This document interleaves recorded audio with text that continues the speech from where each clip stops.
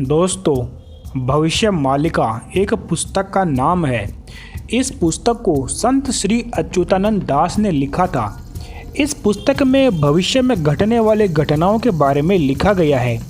आज से लगभग 600 वर्ष पहले 15वीं और 16वीं शताब्दी के बीच में उड़ीसा के वैष्णव समुदाय में अच्युतानंद दास महाराज जी हुए थे।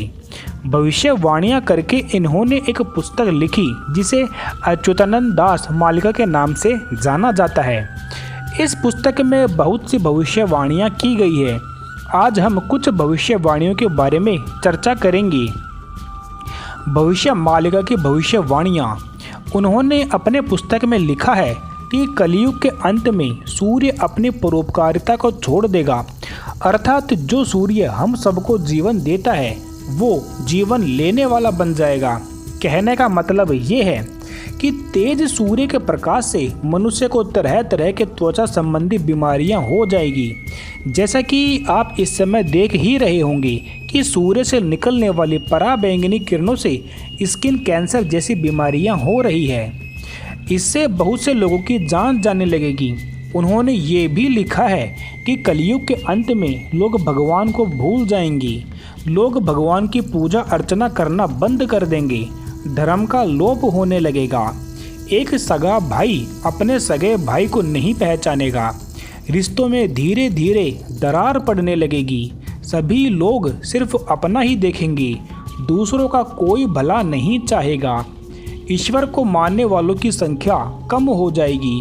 धर्म पर चल रहे लोगों को परेशान किया जाएगा।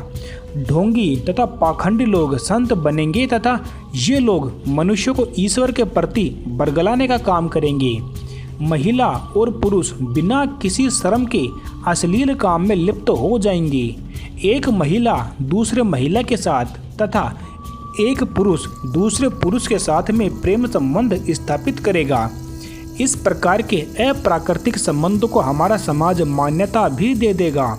जिस समय ये भविष्यवाणियाँ की गई थी उस समय भक्ति काल चल रहा था। कोई सोच भी नहीं सकता था कि आने वाला समय ऐसा भी हो सकता है। आज के दौर में ये सब सत्य प्रतीत हो रहा है। उन्होंने ये भी लिखा है कि बहुत छोटी उम्र में ही बिना शादी के बच्चे भी पैदा हो जाएंगे। इसे आज के समय में आप लिविंग जो रिलेशन होता है उसके रूप में आप ये सब देख सकते हैं। तरह तरह की बीमारियां उत्पन्न होने लगेगी जिस पर दवा और दुआ कुछ भी काम नहीं करेगी। भारी आंधी तूफान से काफ़ी मात्रा में जनहानि होगी। जंगली जानवर और सांप यानी कि सर्प जंगलों को छोड़कर गांव कस्बों तथा शहरों में घूमने लगेंगे और लोगों पर हमला करेंगे। जगन्नाथपुरी को जोड़ने वाला एक राष्ट्रीय जलमार्ग का निर्माण होगा। उड़ीसा का अंतिम राजा एक बालक वृद्ध होगा। पुरी के अंतिम राजा गजपति महाराज होंगे। इस समय भी पुरी के राजा गजपति महाराज ही है। जगन्नाथपुरी मंदिर का पत्थर ऊपर से नीचे की ओर गिरने लगेगा तथा मंदिर का ध्वज भी कई बार नीचे गिरेगा। मंदिर में जो त्रिदेव स्थापित है उनके ऊपर जो वस्त्र लगा हुआ है उसमें अचानक आग लग जाएगी। मंदिर के प्रशासन में कई कमियां सामने आने लगेगी। जगन्नाथपुरी मंदिर का ध्वज कई बार नीचे गिर चुका है। जब प्रलय आएगी तो समुद्र का जल स्तर बढ़ जाएगा। उस समय जगन्नाथपुरी मंदिर के 22वीं सीढ़ी तक पानी भर जाएगा। उस समय जगन्नाथपुरी से भगवान को एक स्थान से दूसरे स्थान पर स्थापित किया जाएगा। उस समय महंगाई बहुत ज़्यादा बढ़ जाएगी। खाने पीने की वस्तुओं में अचानक बहुत अधिक वृद्धि हो जाएगी। सरकार कई तरह के और भी टैक्स लगा देगी जिससे लोगों में सरकार के प्रति आक्रोश बढ़ जाएगा। उस समय जनता सड़क पर उतर जाएगी और सरकार के खिलाफ नारेबाजी करेगी। इस पुस्तक में कल्कि अवतार का जिक्र भी किया गया है कि कल्कि अवतार कहाँ पैदा होंगे और वो किस तरह से अपने भक्तों से जुड़ेंगे। उनके माता पिता का नाम क्या होगा। बहुत सारे चिरंजीवी जैसे हनुमान जी, परशुराम जी, अश्वत्थामा जी, कृपाचार्य जी ये सभी युद्ध में हिस्सा लेंगे। अमेरिका, चाइना और रशिया की स्थिति क्या होगी, भारत का अंतिम राजा कौन होगा तथा कैसा होगा।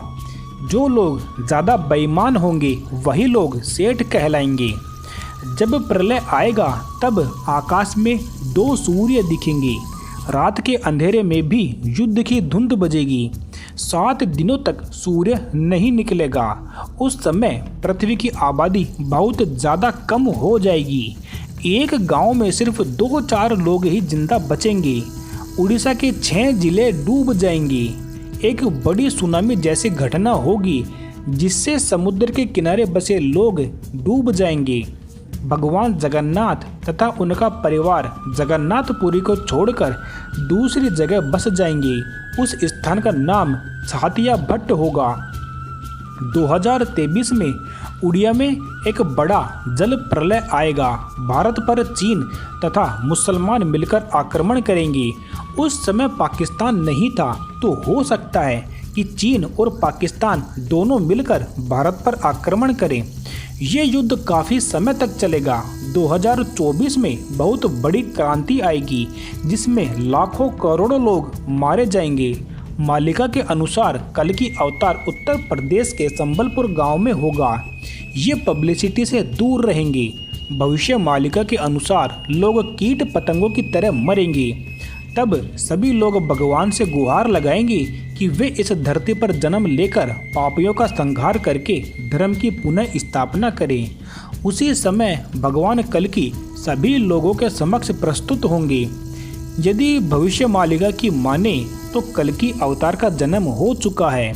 भविष्य मालिका के अनुसार जो लोग महाभारत काल में मारे गए थे वो सभी जन्म लेकर युद्ध में भगवान कलिकी का साथ देंगे।